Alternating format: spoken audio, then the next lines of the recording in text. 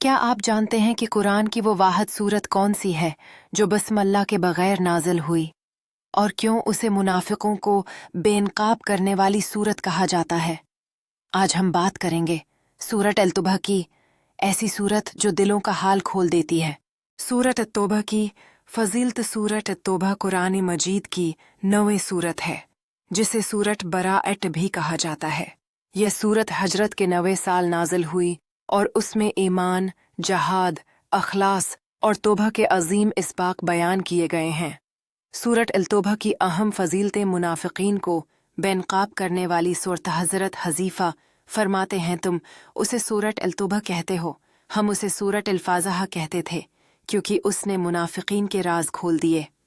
मफ़हूम तफसीर इब्न कसीर ये सूरत हमें सिखाती है कि ईमान सिर्फ दावे का नाम नहीं बल्कि अमल का तकाजा करता है।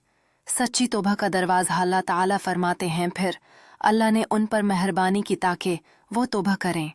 बेशक अल्लाह बहुत तौबा कबूल करने वाला, नहायत रहम वाला है। सूरत अल-तौबा 118।